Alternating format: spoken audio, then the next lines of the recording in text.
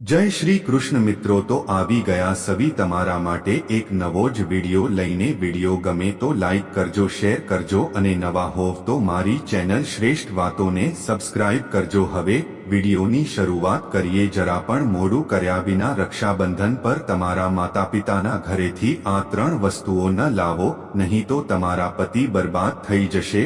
રક્ષાબંધન ભાઈ બહેનો અતૂટ સંબંધોનો તહેવાર છે. રક્ષાબંધનનો આ તહેવાર દર વર્ષે શ્રાવણ માસની પૂર્ણિમાની દિવસે ઉજવવામાં આવે છે. આ દિવસે બહેનો તેમના ભાઈના કાંડા પર રાખડી બાંધે છે. તેમને બાંધવા અને રક્ષણ આપવાનું વચન તે લો, તેમજ તમારા ભાઈ બહેનોનું રક્ષણ અને આજીવન ચાલો સમર્થન આપવાનું વચન આપીએ. રક્ષણ બંધન માત્ર તહેવાર છે ના, 88 ભાઈઓ અને બહેનો વચ્ચેના બંધનને મજબૂત કરવાની આ એક ખૂબ જ સુંદર રીત પણ છે. આ તહેવાર માત્ર ભાઈ બહેન વચ્ચે જ નથી, બલકે તે સંબંધીઓ, મિત્રો અને સમાજના લોકો વચ્ચે પ્રેમ અને ભાઈચારાનું પ્રતીક પણ છે. આ દિવસે લોકો એકબીજાને રાખડી બાંધે છે અને મીઠાઈની આપ-લે કરે છે. ખવડાવીને પોતાની ખુશી વ્યક્ત કરો.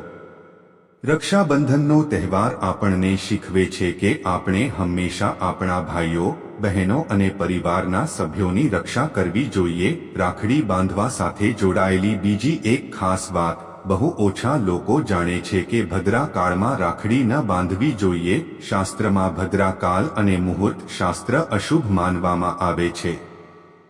આવી સ્થિતિમાં મહિલાઓ માટે કેટલીક બાબતોનું ધ્યાન રાખવું જરૂરી છે. અમે તમને જણાવી દઈએ કે કેટલીક એવી બાબતો છે જેને મહિલાઓએ ક્યારે ભૂલવી ન જોઈએ. તમે તેને તમારી માતાના ઘરેથી તમારા સાસરિયાના ઘરે ન લાવો.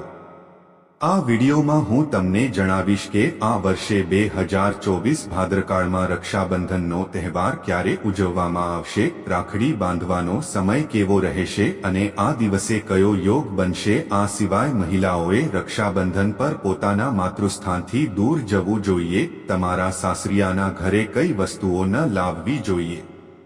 આ વિડીયોમાં હું તમને રક્ષાબંધન વિશે સંપૂર્ણ માહિતી આપીશ.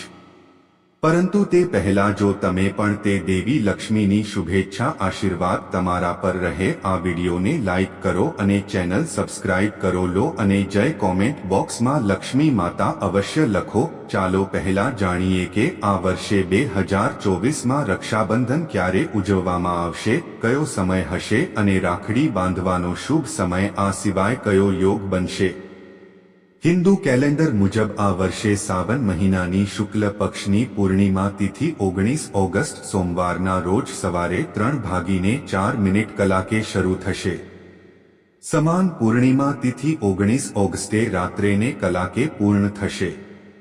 આવી સ્થિતિમાં ઉદ્યતિથિ અનુસાર આ વર્ષે 2024માં રક્ષાબંધનનો શુભ અવસર ઉજવવામાં આવશે. આ તહેવાર 19 ઓગસ્ટ સોમવારે ઉજવવામાં આવશે. તેમજ આ વર્ષે રક્ષાબંધનના દિવસે ભદ્રાની છાયા રહેશે. તે સવારે 5:53 વાગ્યે શરૂ થશે અને બપોરે 1:32 સુધી ચાલુ રહેશે. આ ભદ્રા અંડરવર્લ્ડમાં રહે છે. જો કે ઘણા વિદ્વાનો એવું માનવામાં આવે છે કે જો ભદ્રાનો વાસ અંડરવર્લ્ડ અથવા સ્વર્ગમાં હોય તો તે પૃથ્વી પર રહેતા લોકો માટે અશુભ નથી, શુભ માનવામાં આવે છે. પરંતુ ઘણા શુભ કાર્યોમાં પાતાળની ભદ્ર અવગણના કરી તે ન કરો. આ સિવાય રક્ષાબંધનના દિવસે સાંજે 12 પંચક પણ સમયસર દેખાઈ રહ્યું છે. પંચક 19 ઓગસ્ટના રોજ સાંજે 7 વાગ્યાથી શરૂ થશે અને બીજા દિવસે સવારે 5:53 વાગ્યા સુધી ચાલશે. સોમવારે પંચક ઉજવવામાં આવે છે, જેને રાજ પંચક કહેવામાં આવે છે, થશે. આવી સ્થિતિમાં આ પંચક આને અશુભ માનવામાં આવતું નથી, તે શુભ છે. પણ 19 ઓગસ્ટમાં રાખડી બાંધવાનો શુભ દિવસ. મુહૂર્ત બપોરે 1:30 કલાકે મિનિટથી 9:08 વાગ્યા સુધી. રક્ષાબંધન પર ભાઈઓને રાખડી બાંધવા માટે 7 કલાક 38 મિનિટનો સમય મળશે. આ વર્ષે પણ 2024માં રક્ષાબંધન પર 3 શુભ અવસર બની રહ્યા છે. આ દિવસે શોભન યોગ આખો દિવસ ચાલશે, જ્યારે સર્વાર્થ સિદ્ધિ યોગ સવારે 5:53 થી 8:10 સુધી રહેશે. 5 વાગ્યા સુધી રવિ યોગ 5 વાગ્યા સુધી છે, તે 53 મિનિટથી 8:10 મિનિટ સુધી છે.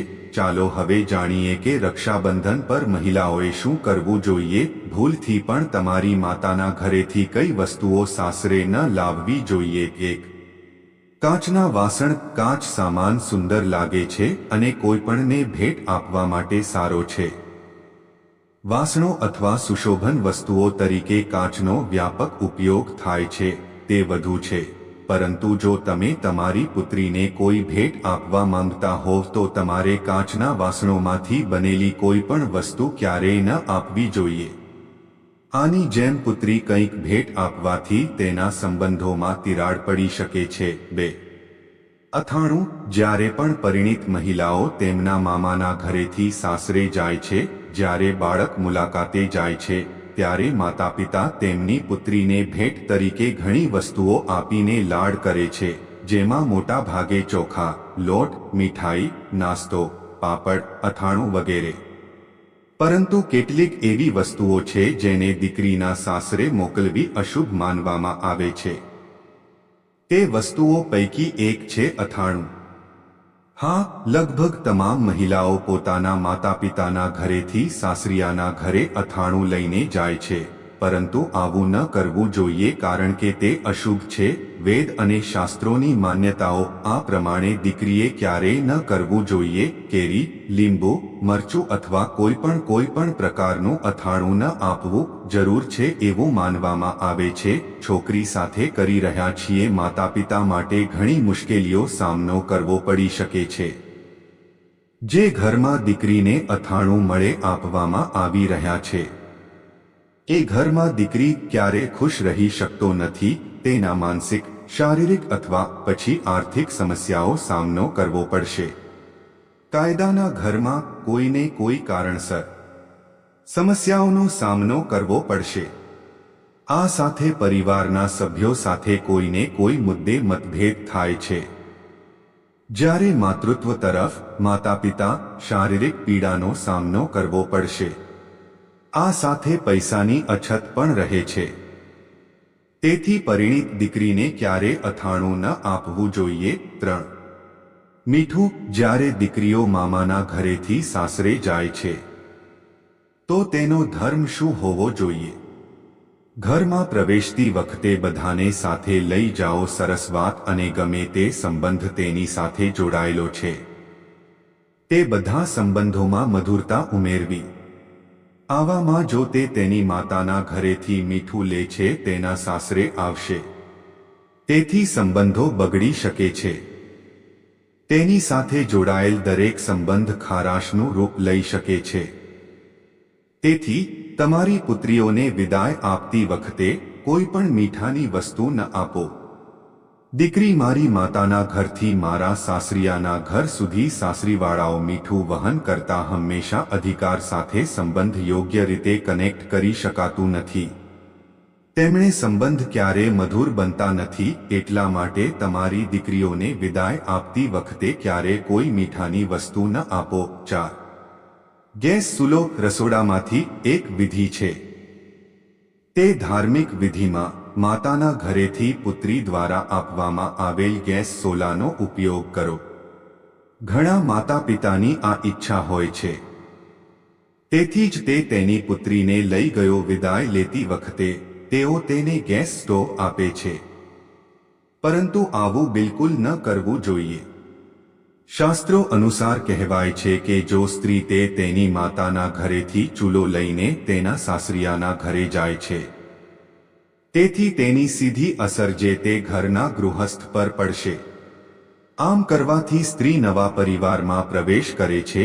જલ્દી તમે આ કરશો, તમારો સ્ટવ અને રસોડું સંપૂર્ણપણે અલગ થઈ જશે, જે બિલકુલ સારું માનવામાં આવતું નથી. તેથી જ દીકરીઓને વિદાય આપતી વખતે ગેસનો ચૂલો તેને આપવાને બદલે તેને રસોડા સંબંધિત વસ્તુઓ આપો. 5.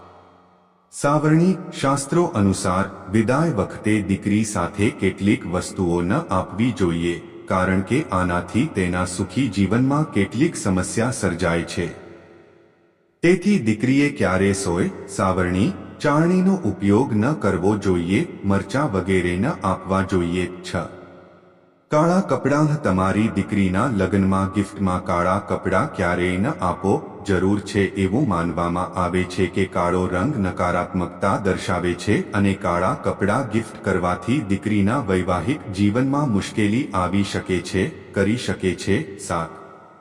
તીક્ષ્ણ વસ્તુઓ અથવા માચીસની લાકડીઓ. તમારી પુત્રીને ક્યારેય મેચસ્ટિક, છરી કે કાતર ન ગિફ્ટ કરો. જરૂર છે એવું માનવામાં આવે છે કે તેની નકારાત્મક અસર પુત્રીના જીવનમાં વિખવાદ પેદા કરી શકે છે અને કોઈ પણ કારણ વિના ઝઘડા તરફ દોરી શકે છે, પણ બનાવી શકાય છે.